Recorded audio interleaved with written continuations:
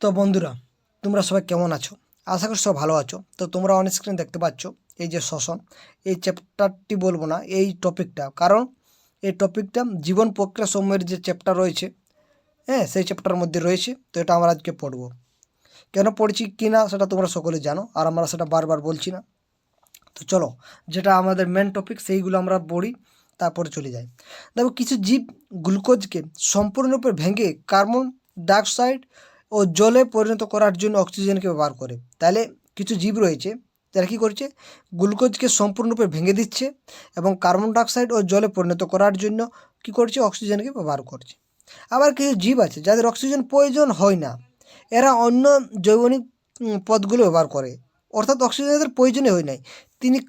তিন কার্বন বিশিষ্ট অণু, যার নাম কি, পাইরুভিক অ্যাসিড পরিণত করে। তাহলে তোমাদের প্রশ্ন হচ্ছে তিন কার্বন বিশিষ্ট অণু, তার নাম কি, সেটা হচ্ছে পাইরুভিক অ্যাসিড। এই প্রক্রিয়ার কোষের সাইটোপ্লাজমে ঘটে। তাহলে এই প্রক্রিয়াটা কোথায় ঘটে? কোষের সাইটোপ্লাজমে ঘটে। পরবর্তীতে পাইরুভিক অ্যাসিড ইথানল এবং কার্বন ডাইঅক্সাইডের পরিণত হতে পারে। এ প্রক্রিয়াটি সন্ধানকালে ইস্টে ঘটে। যেহেতু এ প্রক্রিয়াটা বায়ুর অক্সিজেন অনুপস্থিতি ঘটে, তাকে আমরা কি বলবো, অবাত শ্বসন বলবো। তাহলে অক্সিজেন যখন অনুপস্থিত হবে তখন এটা অবাত শ্বসন। তো অক্সিজেনের সহায়তায় পাইরুভিক অ্যাসিডের ভাঙনের কোষে মাইটোকন্ড্রিয়ায় ঘটে। তাহলে পাইরুভিক অ্যাসিডের ভাঙনের কোষের মাইটোকন্ড্রিয়ায় ঘটে। তাহলে আমরা এখানে কি বুঝতে পারলাম, যেটা অক্সিজেন প্রয়োজন রয়েছে, মানে যে প্রক্রিয়াতে আমাদের অক্সিজেন প্রয়োজন, তাকে আমরা সবাত শোষণ বলছি, আর যেটাতে প্রয়োজন নেই অবাত শোষণ। সিম্পল, সোজা। তো যে প্রক্রিয়ার পথটিতে পাইরুভিক অ্যাসিড ল্যাকটিক অ্যাসিডে পরিণত হয়, ল্যাকটিক অ্যাসিডের একটি তিন কার্বন বিশিষ্ট অণু, তাহলে ল্যাকটিক অ্যাসিডও কিন্তু তিন কার্বন বিশিষ্ট। তাৎক্ষণিকভাবে কোনো কাজ করার সময় আমাদের পেশিগুলিতে এইভাবে ল্যাকটিক অ্যাসিড সঞ্চিত হওয়ার কারণে পেশির আক্ষেপ ঘটে। এবার দেখো এটিপি। তো বেশিরভাগ কোষীয় প্রক্রিয়াগুলোর জন্য এনার্জি কারেন্সি হলো এটিপি। এনার্জি কারেন্সি কাকে বলবো? আমরা এটিপিকে বলে থাকি। তো এটিপির কাজ কি? তো এটিপির কাজ হচ্ছে পেশিসমূহের সংকোচন, প্রোটিন সংশ্লেষ, স্নায়ুস্পন্দন, সময়ের পরিবর্তন ও আরও অন্যান্য বহু কাজের জন্য কিন্তু এটিপি ব্যবহৃত হয়। এই হচ্ছে ব্যাপার। তারপরে আমরা যাব নেক্সট টপিক, সেটা হচ্ছে দেখো আমাদের জলের মধ্যে দিয়ে কিছু অক্সিজেন রয়েছে, সেটা দ্রবীভূত অবস্থায় রয়েছে। তো মাছ এদের মুখ ছিদ্রের সাহায্যে জল গ্রহণ করে এবং সেই জলকে কি করছে, সবেগে ফুলকয় পাঠায়, সেখানে জলে দ্রবীভূত অক্সিজেনটাকে গ্রহণ করছে, বাকিটি ফেলে দেয়। যেমন আমরা করি, আমরা অক্সিজেনকে নিই নি, কার্বন ডাইঅক্সাইডকে আমরা ফেলে দিই, বাইরে বের করিয়ে দিই আমরা। তো গল দেশে তরুণাস্থি নির্মিত বলয় বর্তমান। তাহলে গল দেশে কিন্তু তরুণাস্থি নির্মিত বলয় বর্তমান। বলয়গুলো উপস্থিতির জন্য বায়ুপথটি চুপসে যায় না, এই বলগুলো থাকার জন্যই। এবার সিলিয়া কাকে বলবো? তো দেখো, ধূমপান স্বাস্থ্যের পক্ষে ক্ষতিকারক, এটা তোমরা সকলে জানো। বিশ্বে মৃত্যুর সাধারণ কারণগুলোর মধ্যে একটি হচ্ছে ফুসফুসের ক্যান্সার। শ্বাসনালীর ঊর্ধ্বাংশে কতগুলো ক্ষুদ্র রোমের মতো গঠন দেখা যায়, এদেরকে আমরা সিলিকা বলি। বুঝতে পেরেছ? হ্যাঁ, তো সেরকম আর আমরা কিছু এখানে পাচ্ছি না। তো মানুষের ক্ষেত্রে শ্বাসরঞ্জকটি হলো হিমোগ্লোবিন, এবং যার অক্সিজেনের প্রতি অত্যন্ত বেশি আসক্তি রয়েছে, হিমোগ্লোবিনের। এবার যেটা আমরা দেখো মেন টপিকগুলো আমরা আলোচনা করবো, বেশি কিছু আমরা আলোচনা করবো না। রক্তকে একটি জটিল একটি তরল যোগকলা হিসেবে আমরা জেনেছি এর আগে। রক্ত প্লাজমা এবং রক্তরক্ত নামক তরল ধাত্র দ্বারা গঠিত থাকে, যাতে কোষগুলো নিমজ্জিত থাকে। প্লাজমা বা রক্তরস খাদ্যবস্তু, কার্বন ডাইঅক্সাইড ও নাইট্রোজেন ঘটিত বর্জ্য পদার্থ সমূহ দ্রবীভূত অবস্থায় পরিবহন করে। লোহিত রক্ত কণিকাগুলো অক্সিজেন পরিবহন করে। তাহলে তোমাদের প্রশ্ন আসবে যে লোহিত রক্তকণিকার কাজ কি? সেটা হচ্ছে অক্সিজেন পরিবহন করা। তারপরে আমরা নেক্সট চলে যাব। দেখো তোমরা দেখতে পাচ্ছ এখানে, তোমাদের এখানে কি কাজ, এই যে হৃৎপিণ্ড তোমরা দেখতে পাচ্ছ এখানে। দেখো বাম নীল, বা ডান নীল, ডান অলিন্দ, এগুলো কী জিনিস সেটা তোমরা এখানে অন স্ক্রিন দেখতে পাচ্ছ ছবিটা। তো কার্বন ডাইঅক্সাইড সমৃদ্ধ রক্ত ফুসফুসের ধমনির মাধ্যমে ফুসফুসে পৌঁছায়। অর্থাৎ যে রক্ততে কার্বন ডাইঅক্সাইড থাকছে সেটা ফুসফুসের ধমনির মাধ্যমে ফুসফুসে পৌঁছাচ্ছে। এবং ফুসফুস থেকে অক্সিজেন সমৃদ্ধ রক্তকে ফুসফুসের শিরায় মাধ্যমে হৃৎপিণ্ডে ফিরিয়ে আসতে হয়। এরপরে এই অক্সিজেন সমৃদ্ধ রক্ত দেহের দিকে অংশগুলিতে পৌঁছানোর জন্য হৃৎপিণ্ড থেকে উৎক্ষিপ্ত হয়। তো ফুসফুস থেকে কী করছে, অক্সিজেন সমৃদ্ধ রক্ত বাম অনলিতে আনছে, হ্যাঁ, এবং বাম নীলিমা শিথিল হয়ে কী করছে রক্ত উৎক্ষেপ হয়ে সারা দেহে পৌঁছাচ্ছে। তো বাম নীলটি সংকুচিত হয়ে কী করছে, সারা, তাহলে কোথা থেকে আমাদের সারা দেহে যাচ্ছে, বাম নীলয় থেকে। তাহলে দেহ থেকে আগত অক্সিজেনবিহীন রক্ত হৃৎপিণ্ডের ডান ঊর্ধ্বপ্রকোষ্ঠে অর্থাৎ ডান অলিন্দে আসছে। তাহলে ডান অলিন্দে কী আসছে, তো রক্ত উৎকৃত হয়ে সারা দেহেরতে পৌঁছাচ্ছে, অর্থাৎ দেহ থেকে আগত অক্সিজেনবিহীন রক্ত হৃৎপিণ্ডের, তাহলে অক্সিজেনবিহীন অর্থাৎ যেটাতে অক্সিজেন থাকছে না সেই রক্তটা কোথায় আসছে, ডান অলিন্দে আসছে।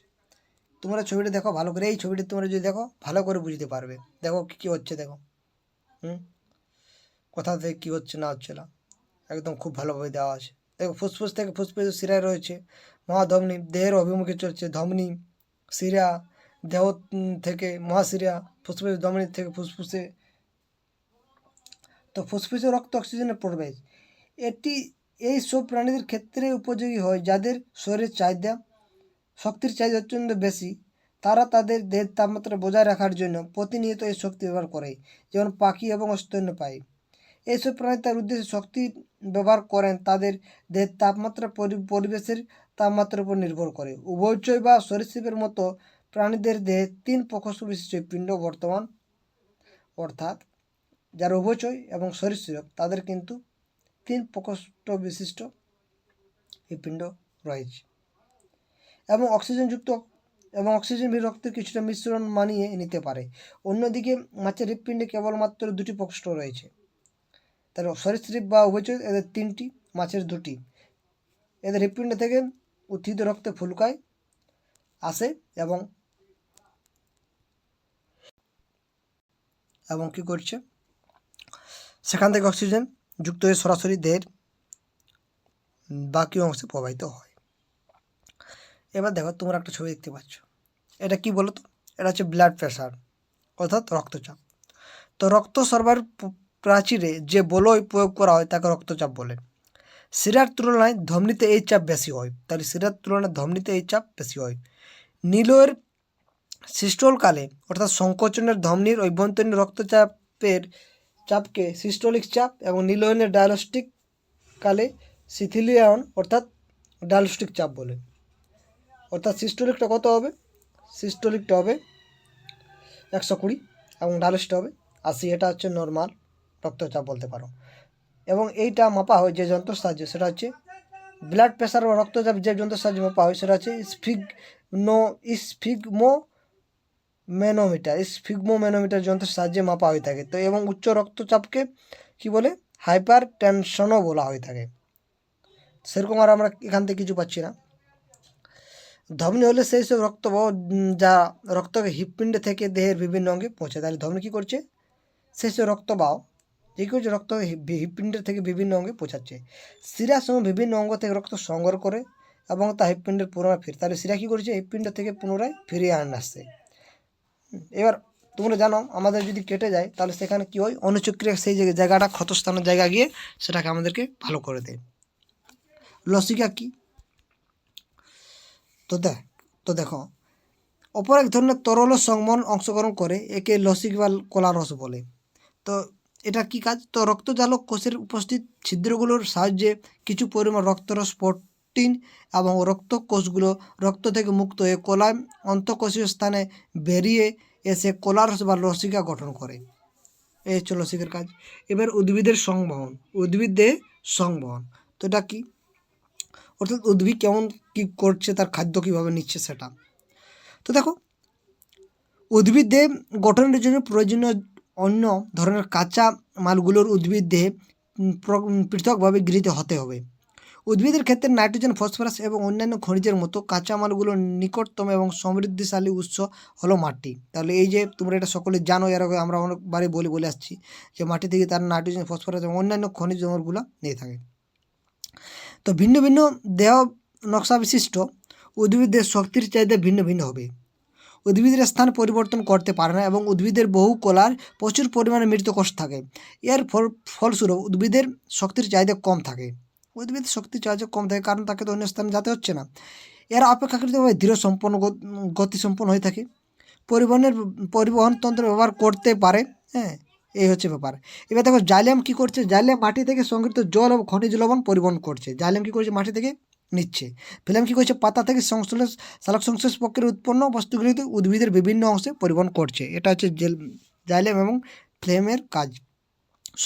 জল সংবহন কি, জাইলেম মূল কাণ্ড এবং পাতার বাহিকা ও ট্রাকডিওগুলো পরস্পর সংযুক্ত হয়ে জল সংবহনকারী নালিকাগুলোর একটি নিরবিচ্ছিন্ন তন্ত্র গঠন করে। তো মূলের জাইলেম দ্বারা পর্যাপ্ত জলের নিয়মিত পরিবহন ঘটে এবং এর পরিবহনের ফলে একটি জলস্তরের সৃষ্টি হয় যা সমভাবে নিয়মিত ঊর্ধ্বমুখে বাহিত হয়। এই হচ্ছে ব্যাপার। সেরকম আর ইম্পর্টেন্ট এখান থেকে আমার কিছু পাচ্ছি না। বাষ্পমোচন সেটা তোমরা সকলে আশা করি জানো, তো যদি না জানো এটা পড়ে নাও, বুঝতে পারবে। এবার দেখো খাদ্য এবং অন্যান্য বস্তুর পরিবহন, এটা কি? এখন পর্যন্ত আমরা উদ্ভিদ জল ও খনিজ পরিবহন করে এ নিয়ে আলোচনা করেছি। জাইলেম কী করছে, মাটি থেকে নিচ্ছে। ফিল্ম কী করছে, পাতা থেকে, মানে সালোক সংশ্লেষ প্রক্রিয়ায়। এখন চলো আমরা লক্ষ্য করি কীভাবে বিপাক ক্রিয়াগুলিতে উৎপন্ন পদার্থগুলি বিশেষিত সালোক সংশ্লেষ প্রক্রিয়ার উৎপন্ন পদার্থ পাতা থেকে, অর্থাৎ যেখানে এগুলো সংশ্লেষিত হয় সেখান থেকে উদ্ভিদের অন্যান্য অংশগুলিতে পরিবাহিত হয়। সালোক সংশ্লেষের ফলে উৎপন্ন দ্রবীভূত বস্তুসমূহের এই পরিবহনকে ট্রান্সলোকেশন বলে। এই পরিবহন উদ্ভিদের সংবহন করায় যে অংশে ঘটে তাকে ফ্লেম বলবে। তাহলে ট্রান্সলোকেশন এটা কোথায় ঘটবে, এটা ফ্লেমে ঘটবে। ফ্লেম সালোক সংশ্লেষ প্রক্রিয়ার উৎপন্ন বস্তুগুলোর পাশাপাশি অ্যামাইনো অ্যাসিড এবং অন্যান্য বস্তুসমূহ পরিবহন করে। তাহলে ফ্লেম কী করছে, অ্যামাইনো অ্যাসিডের সাথে অন্যান্য বস্তুগুলোরও পরিবহন করছে। সেরকম আর কিছু নয়, তাই আমরা এটা স্কিপ করে যাচ্ছি। এবার রেচন, তোমরা জানো মানুষের রেচনতন্ত্রগুলো কী কী? একজোড়া বৃক্ক, একজোড়া গবেষণী, একটি মূত্রাশয়, একটি মূত্রনালী, এগুলো নিয়েই রেচনতন্ত্র গড়ে উঠেছে। বৃক্ষস্থিত একটি রক্তজালক গুচ্ছ বাউমেনের আবরণ নামক একটি কুণ্ডলিতে নালিকার কাপ আকৃতির প্রান্তের সাথে যুক্ত থাকে যা কী করেছে, পরিস্থিত তরল সংগ্রহ করে। এবং প্রতিটি বৃক্ষে বিশাল সংখ্যক পরস্পর ঘন সন্নিবিশিষ্ট পরিস্রাবক একক থাকে, এদের নেফ্রন বলে। সেরকম আর কিছু নয়, আমাদের গভীনী তোমরা সকলে জানো, এগুলো আর আমরা বলছি না। এবারে দেখো কৃত্রিম বৃক্ষ, এটার সেরকম কিছু নয়, আমরা এটাও আর সেরকম আমরা কিছু বলছি না, যেটা আমরা স্কিপ করে চলে যাচ্ছি। তাহলে দেখো আজকের এই চ্যাপ্টার থেকে আমরা কী জানলাম সেগুলো সংক্ষেপে আলোচনা করি। তো দেখো বিভিন্ন ধরনের চলনকে জীবের একটি লক্ষ্য হিসেবে ধরা যেতে পারে। পুষ্টি, শোষণ, দেহের অভ্যন্তরীণ বস্তুসমূহের পরিবহন এবং বর্জ্য পদার্থ সমূহের রেচনের মতো প্রক্রিয়াগুলোর জীবিতাবস্থা বজায় রাখার জন্য প্রয়োজন।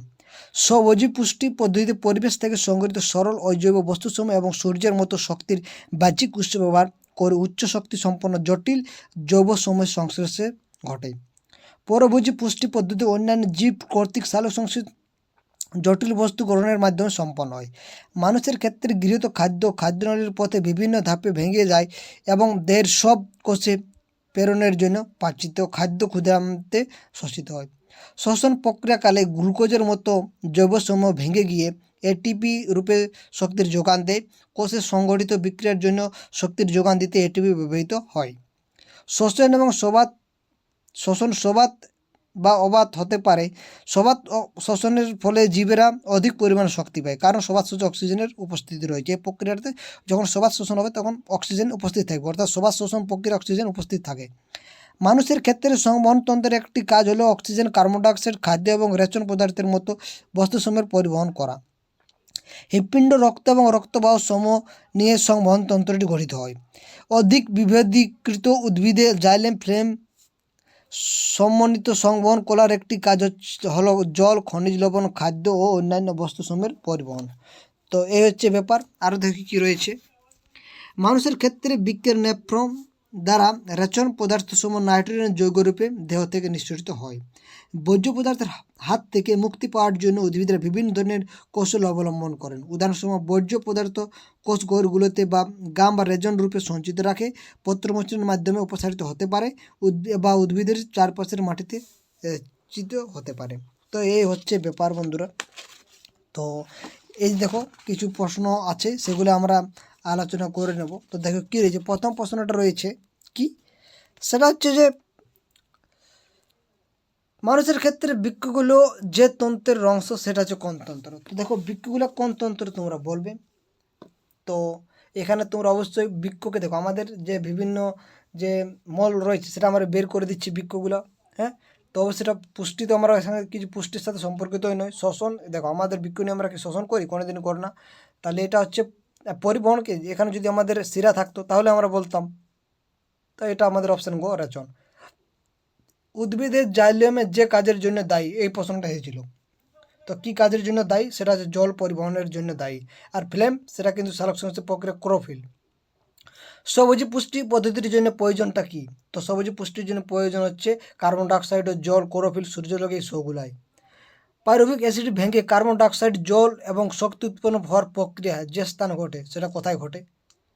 দেখো খুব ইম্পর্টেন্ট প্রশ্ন, এবং এটা তো আপনাদেরকে জানতে হবে এবং বলতে হবে। সেটা হচ্ছে মাইটোকন্ড্রিয়া। এটা আপনাদেরকে বলে দিলাম, যখন আমরা পড়েছিলাম তখন আপনাদেরকে বলে দিয়েছিলাম। তো আজকে এখানে শেষ করছি। ভিডিওটা কেমন লাগলো অবশ্যই কমেন্ট করে জানাতে পারো। তোমাদের ভিডিওটা শেষ পর্যন্ত দেখার জন্য অসংখ্য ধন্যবাদ।